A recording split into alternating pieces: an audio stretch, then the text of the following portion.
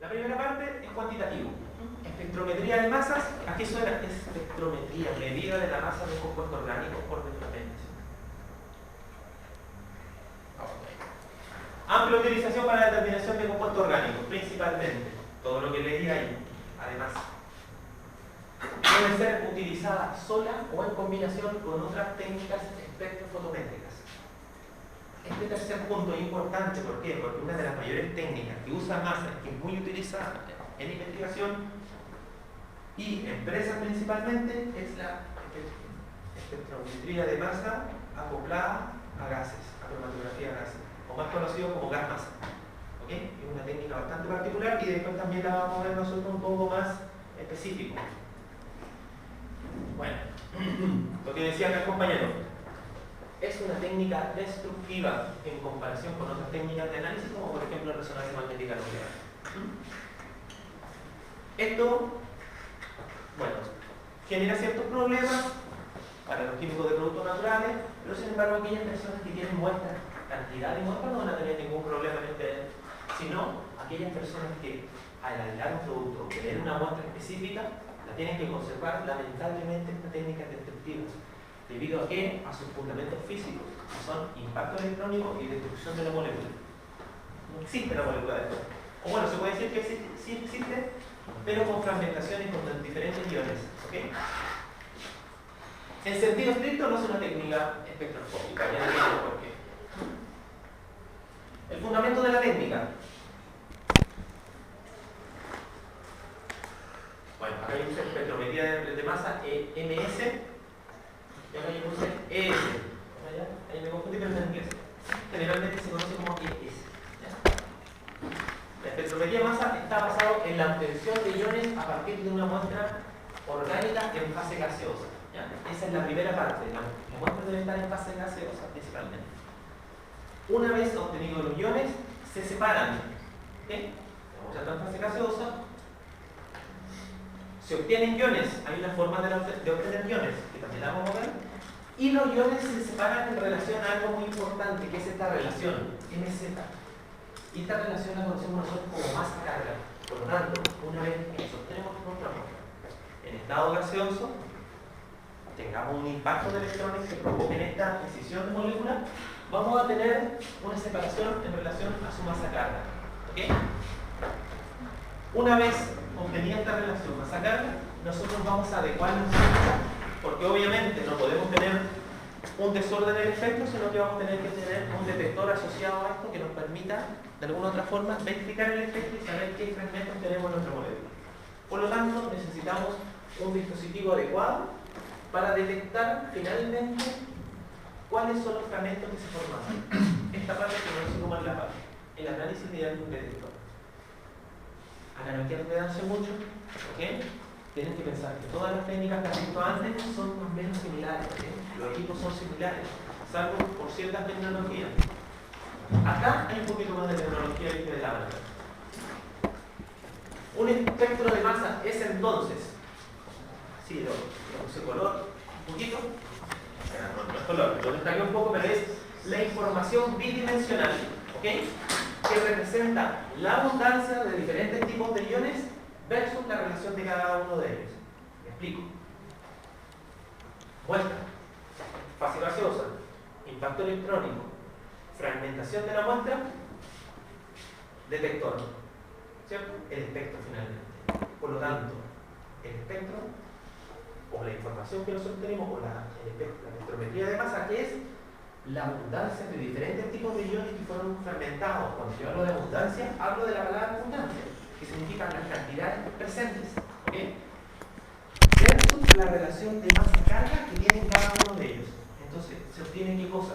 La relación masa-carga versus la abundancia, y nosotros podemos saber cuáles son los picos más estables que vamos a obtener, o cuáles son los menos inestables, o cuáles son aquellos que se fragmentan más rápido o no. Hay ciertas reglas y las vamos a ver. Hay reordenamientos, hay un ion molecular, etc. Pero el fundamento en sí es este. Y la información que nos da es la siguiente. La relación entre la abundancia y la relación masa-carga, o sea, esto mismo que estamos acá, va a depender netamente de qué? De la naturaleza de cada compuesto orgánico analizado. ¿Cómo se dice en esta cosita? Entre comillas. Esto ustedes lo pueden ver en todas las técnicas orgánicas. ¿Ok? Por ejemplo, el otro día hablamos, yo les dije, chicos, Big grande, 3.9, resonancia magnética nuclear, más o menos salen 3.9. ¿Salían 3.9? No. ¿Cuánto salían? 3,6. Ok. ¿Pero por qué se debe eso? Porque todo depende de la naturaleza de cada compuesto orgánico analizado. Acá no tenemos que ser cuadrados, todo depende de los entornos químicos. No es lo mismo fragmentar una molécula, un anillo orgánico, un anillo aromático, que un ciclo alcano, por ejemplo. ¿Ok? Todo depende de la naturaleza, por lo tanto acá nosotros no podemos decir esto va a pasar. ¿Ok? A la final lo que ocurre es en experiencia de cada persona. Bueno, la parte que más les gusta a ustedes, la parte de lo químico. La instrumentación en este caso. Esto es en base a un equipo de masa. De forma burda un poco, porque tampoco son así. Hay mucha más tecnología, pero sin embargo lo que podemos diferenciar en diferentes partes. Tenemos la introducción de la muestra, donde ocurre la transformación en estado gaseoso. Tenemos una parte que es muy electrónica, acá que es un filamento con una bomba de electrones, donde principalmente va a ocurrir la ionización. ¿Okay? Y en esta parte de acá, por ejemplo, tenemos un magneto. ¿Ok? El magneto, ¿qué nos va a generar a nosotros? Que las muestras se reordenen, los iones se reordenen. Hay que tener en cuenta una cosa, lo que dice acá. ¿No lo puse? No. Pero esto es la instrumentación para un equipo del tipo magnético. ¿Okay? Principalmente hay dos, uno magnético y otro de cuadrupolo. Lo vamos a ver, ¿vale? Sin embargo, el que más se utiliza es el de cuadrupolo, el magnético no. ¿Okay? Sin embargo, esta figura está para el magnético. El análisis, ¿ok? Y finalmente el colector y ciertos programas o un computador que nos sirve para analizar los diferentes resultados. Bueno, dice acá, el bombardeo de la muestra con una corriente de electrones de alta velocidad principalmente, en parte de fermentación. Un tubo analizador existente con un campo magnético, lo que estamos hablando, y los impactos son transformados en un espectro de masa. ¿Okay? Generalmente un espectro de masa va a salir de la forma siguiente. ¿Okay? Por ejemplo, en esta molécula, que generalmente siempre se llama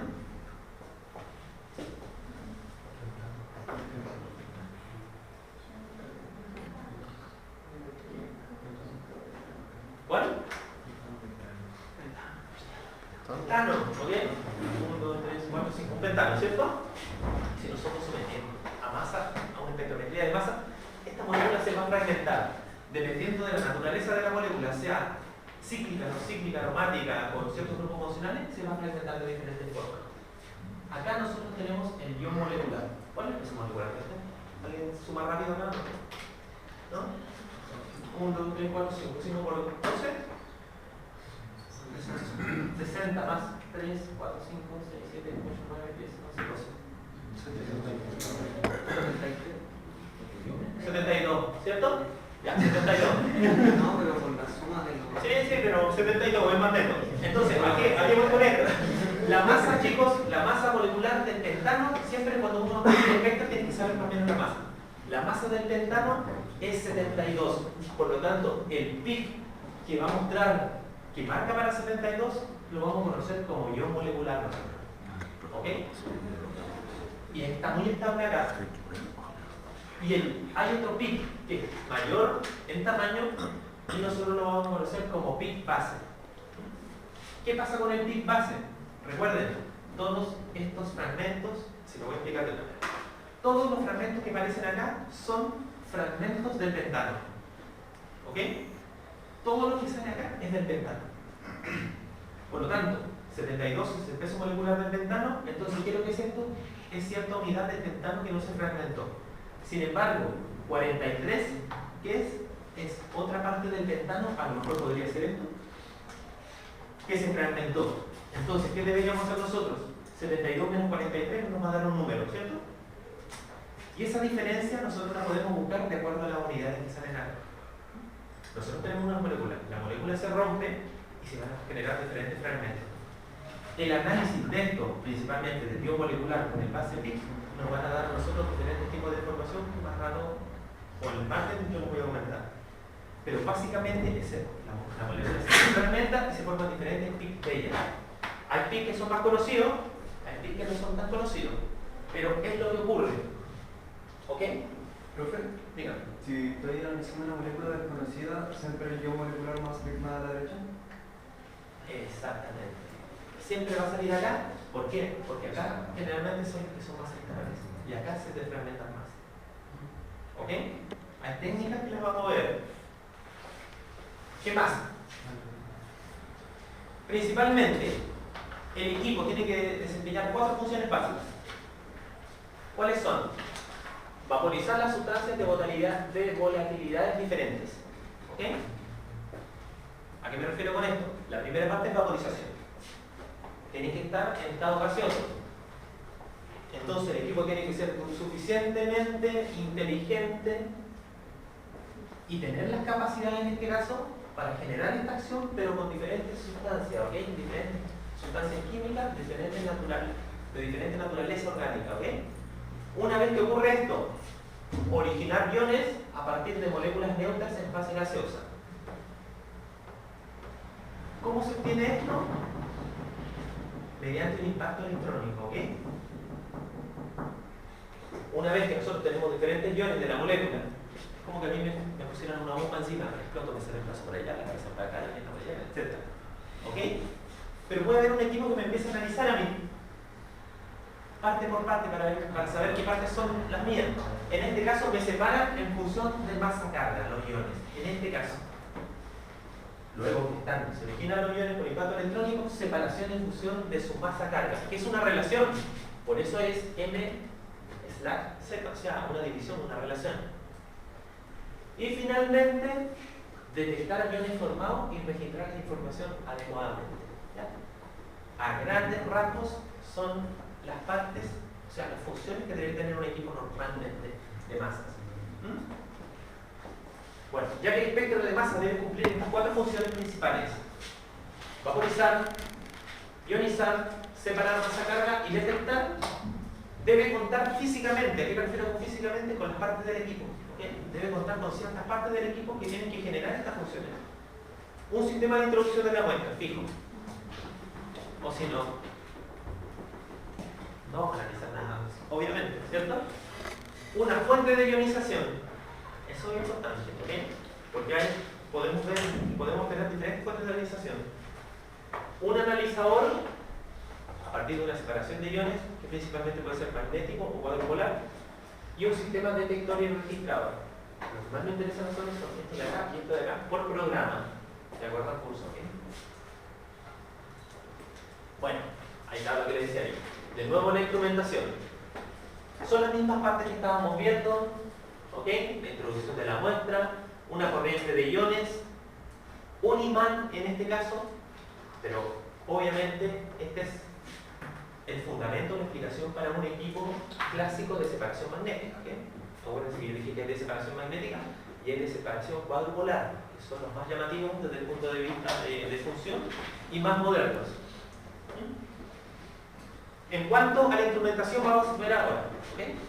Fuentes de introducción de la muestra. La introducción de la muestra la podemos hacer de forma indirecta, de forma directa, ¿ok? En la fórmula, o sea, en la introducción de forma indirecta, la vaporización de la muestra, ¿ok? Ocurre en un recipiente externo, metal o vidrio a altas temperaturas. Eso es antiguo, ¿ok? Es una forma de introducción de muestra. Sin embargo, la más utilizada es la directa. La muestra se introduce directamente en la fuente de iones a partir de un capilar o por inyección, como ustedes quizás han visto en algún equipo. ¿Ya vieron HPLC? Bueno, como van a ver en el futuro. Bien. La directa es la más utilizada, ¿ok? Porque la indirecta, imagínate, muestra en un recipiente externo. Es muy inestable eso, ¿ok? No hay nada como tener todo dentro del mismo equipo. El problema en este caso, aunque es más utilizado en la introducción de muestra directa, es que, por ejemplo, las muestras cristalinas no vaporizan o cuesta mucho que vaporizan. Principalmente este proceso es súper importante porque si nosotros no tenemos nuestras muestras en estado gaseoso, no ocurre la segunda parte, que es el impacto de electrones. Por lo tanto, vamos a tener muy poca abundancia de las moléculas.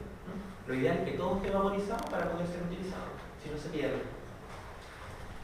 El otro problema que tenemos intrínseco acá son impurezas volátiles. ¿Okay?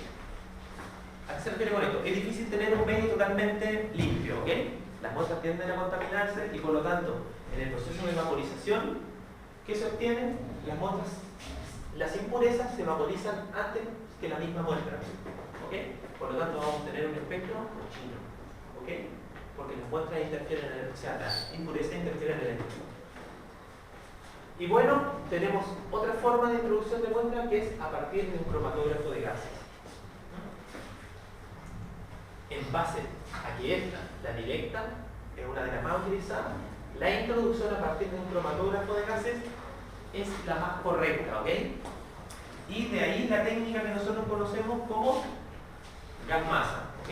Cromatografía de gases acoplada a masa, que se encuentra, está siendo muy utilizada. Se utiliza mucho en minera también, ¿ok? En fármacos, en doping, como habíamos dicho principalmente, en análisis de sustancias, de drogas principalmente, de sustancias de abuso. Por eso, actualmente, el Departamento de Ciencias Farmacéuticas está viendo la cotización de un equipo de masa gas. ¿Ok? ¿Para qué? Para desarrollar una línea de investigación que tiene que ver con toxicología o análisis de drogas principalmente. Si es que le interesa, si es que llega el equipo antes que se vaya. Chicos, el más importante de estos métodos en investigación es el gas masa, como les comentaba yo. Y lo vamos a ver, ¿ok? Porque es necesario. En cuanto a las fuentes de ionización, existen dos métodos para producir ionización de la muestra en estado gaseoso. Una es la ionización por impacto electrónico y la otra es la ionización química. La más importante acá es por impacto electrónico, ¿ok? Otros métodos de ionización es el FAP, los CICTAS, el LAMA y el MALDI, ¿ok? Y dentro de estos métodos de ionización, obviamente, lo más importante o más utilizado es el impacto electrónico, neto. Pero obviamente, si nosotros viviéramos en un país de primer mundo, tuviésemos mucho dinero, lo más probable es que toda nuestra espectrometría de masa sería con una fuente de ionización del tipo MALDI, que también vamos a ver después. ¿Okay? Esto es tecnología. ¿Okay? Fuentes de ionización podemos usar diferentes. Es lo mismo que ocurre con los televisores. Hace unos años atrás teníamos un televisor gigante. Después salieron otros tipos de televisores, pantallas planas. Ahora salen pantallas curvas, que el LED, que el LCD. Seguramente después todos van a estar usando. Es tecnología. ¿Okay? De calidad, en este caso la mayor calidad son los equipos MALDI, que son carísimos. A veces comparaban los equipos MALDI y los comparaban con dos Ferraris. ¿Okay? Un equipo, dos Ferraris del Royal Tour, más o menos un MALDI. ¿Okay? Por lo tanto son equipos carísimos y el equipo que tiene la Chile o que tiene la Universidad de Talca, si uno quiere solicitar servicio, prácticamente uno tiene que ser el amigo o más que amigo de la persona que está encargada de electricidad, a no ser que te cobren muy caro. Pero lo que se puede obtener con equipos caros es impresionante. Mire, le voy a decir una cosa. Desde el punto de vista, un minuto nomás lo que voy a decir. Desde el punto de vista de la investigación, es muy bien visto afuera de Chile, principalmente, cuando uno genera un trabajo donde los equipos que usa son equipos que son muy finos. ¿Ok? Siempre ocurre eso. Hay personas que cuando leen los papers, principalmente los revisores, agarran el paper, el acta del título y se van al tiro donde dice equipo utilizado. Y ven qué equipo utilizaste, entonces o hubo un mal. Hay plata, hay dinero. Por otro lado, hay revisores de paper en donde reciben un paper, disculpen, que es una basura, porque hay paper basura, hay trabajo de investigación basura.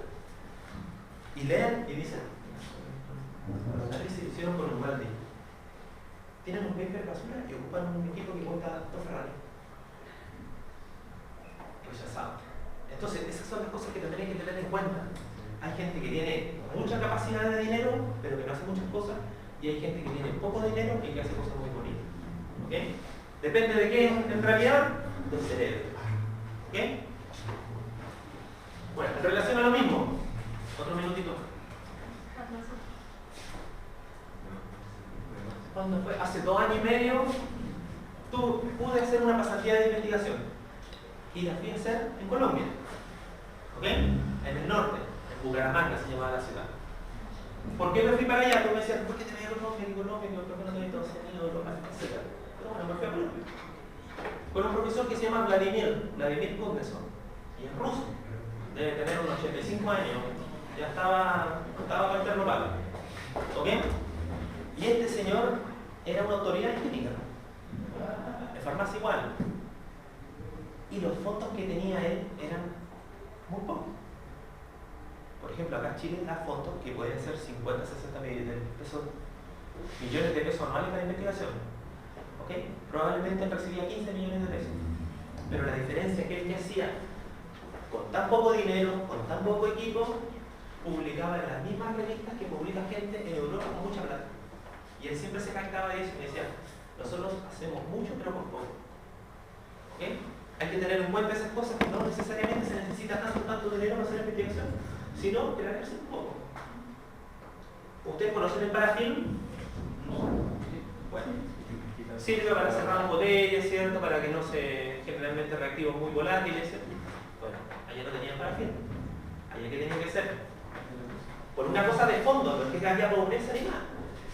Cortar velas, prender un mando calefactor, poner un crisol, derretir las velas con una brocha y cuando se utilizaba un reactivo, lo cerraba y lo pintaba con la brocha. Hasta que se sellara todo. Que es el mismo principio del parafilm, salvo que el parafilm cuesta mucho dinero y la vela no te cuesta nada. ¿Okay?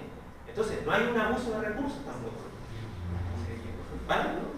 Entonces, lo que voy, los Mandic son equipos que son bastante caros, pero sin embargo, si uno hace una ionización para el espectro electrónico, sí puede obtener resultados también, ¿ok? Y los puede utilizar para publicar trabajo, para investigación o para actividades de extensión, si quieran. Acá estamos. EI, ¿ok? Impacto electrónico, principalmente. MSEI lo encontramos nosotros, espectroscopía de masa por impacto electrónico. Las muestras son ionizadas, toda esta parte es ionización de las muestras. Bombardeada en este caso por medio de un haz de electrones de elevada energía, el método más utilizado por el virgen. Más o menos es de esta forma.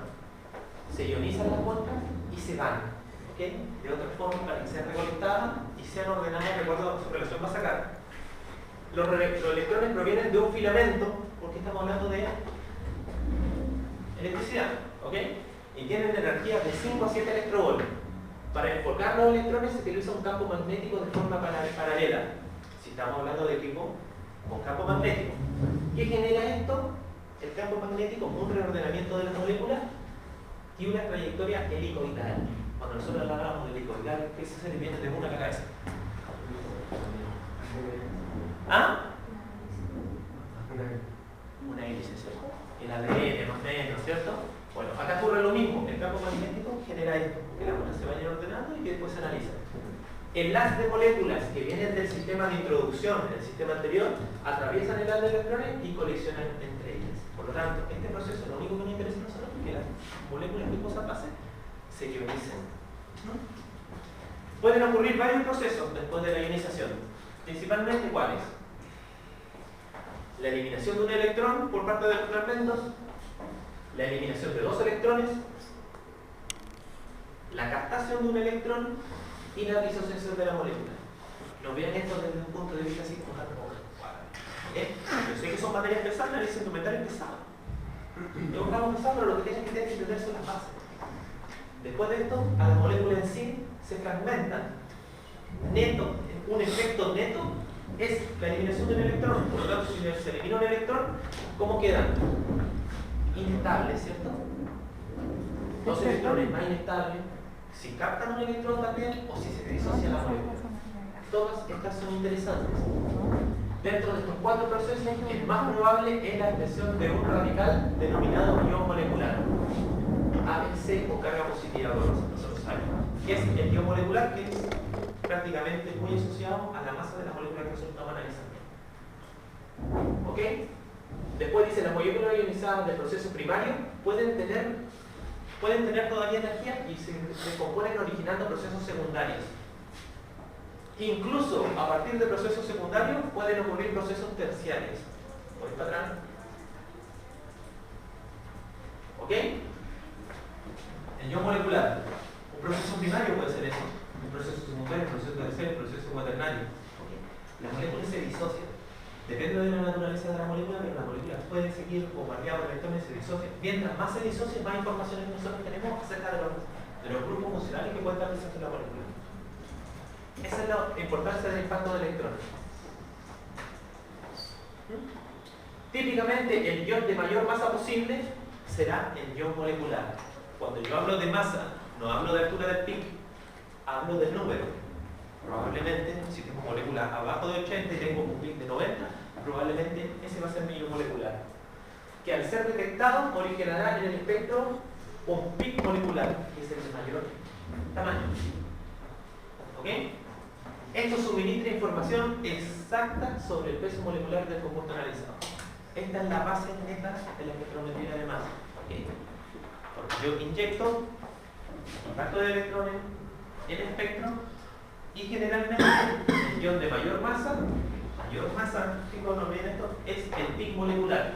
Y este suministra información exacta. Si eso es lo bueno, estas cosas son súper exactas y son muy rápidas. ¿Okay? Yo no me puedo demorar probablemente ni menos de 3 minutos en saber qué molécula tengo yo. Es rápido, muy rápido, pero claro. Instrumentación, chicos. ¿Estamos en qué? Analizadores de masa ahora. Terminamos lo que es ionización por impacto electrónico, ¿ok? Ahora tenemos los analizadores de masa. ¿Cuál es la función de esto? Separar y detectar. Nada más. ¿Ok? Para que se vamos a detectar. Separar y detectar una vez que están formados los iones. Recuerden, inyección, impacto electrónico, diferentes iones dando vueltas, puede ser magnético, cuadropolar, y después viene una tercera parte que es analizar, porque si no puedo analizar no tengo información. Estos separan y detectan los iones a la salida de fuente de iones. Entonces podemos decir que es la tercera parte. Los más utilizados, como ya les comenté, campo magnético, ¿ok? Más clásico, en el cual nosotros el campo magnético que va a generar una trayectoria helicoidal de los iones y un ordenamiento para ser separado y detectado. Y tenemos los más famosos acá, que son los cuadrupolar, y hay que tener en cuenta que estos no utilizan campos magnéticos. ¿Ok? ¿Qué pasa con el cuadrupolar? ¿Ok? Está formado por 4 barras metálicas de sección circular, por eso se llama cuadrupolar. ¿Ok? En cambio el otro tiene una barra magnética, podemos decirlo de esa forma. De sección circular o hiperbólica, ¿ok? Dispuesta sobre una circunferencia en este caso, de tal forma que el haz de iones precedente de la fuente inducida sobre el efecto del dispositivo. Se genera también un movimiento de la siguiente forma, pero el hecho de tener 4 barras de esta forma, el ordenamiento y la detección es más fina que tener solamente una barra magnética. Realiza barridos de gran rapidez principalmente. El tiempo solo, mientras hay cosas que sean más rápidas, en cuanto a equipo obviamente, es mucho mejor. Libre de problemas relacionados con la histeresis magnética, ¿ok? Este es un problema típico en la espectrometría de masa y tiene que ver más o menos que hay ciertos grupos que no van a ser sometidos al campo magnético, por lo tanto la forma de reordenarse, analizarse y detectarse no se va a generar. Por lo tanto, este no tiene problemas de histeresis magnética, como aquel equipo que no tiene cuadrupolo y sí tiene un campo magnético. Seguimos con este. Los analizadores cuadrupolares trabajan solo con campo eléctrico, no tenemos campo magnético acá. Y los barridos son muy rápidos, imagínense, 0,01 segundo, un barrido. Por lo tanto, si es 0,01 segundo, son cosas bastante rápidas, no necesitamos mucho tiempo. No tiene una rendija para el enfoque de gas, me refiero a las de electrones. ¿Okay? Por lo tanto, es un equipo que es, sin embargo, lo tiene muchos procesos que estaban establecidos en los equipos magnéticos y por lo tanto lo tiene eso y además genera mayor rapidez en el análisis. Tiene un poder de resolución de 500 a 1000, pero sin embargo solo permite la separación de iones con relación masa-carga de 1000. Una cosa importante, nosotros decimos de masa-carga de 1000, nuestras moléculas, más o menos, ¿cuánto tienen? Por ejemplo, la colchicina. ¿Qué peso molecular? Así, aprox. Está bien, ¿cierto? Y es una molécula compleja. Por lo tanto, si nosotros decimos de 500 a 1000, es bueno. Nos permite analizar la gran mayoría de las muestras orgánicas. Pero por otro lado, ¿qué pasa con los péptidos? ¿Qué pasa con moléculas de mayor peso molecular? No los podemos analizar por este tipo de equipos con cuadrupolo. Por lo tanto, en eso necesitamos nosotros MALDI. Por lo tanto, los MALDI son equipos que sirven mucho para la secuenciación de proteínas. Acá no podemos, pero sin embargo, con uno de estos nosotros estamos súper. Sin embargo, si trabajamos en química de proteína o análisis farmacéutico de proteína o proteómica, no vamos a poder nunca analizar una muestra debido a que aquel rango solo llega hasta 1000, la relación masa-carga. ¿Ya, chicos? ¿Todo bien? Hemos terminado. La próxima clase, netamente, chicos, interpretación de espectro.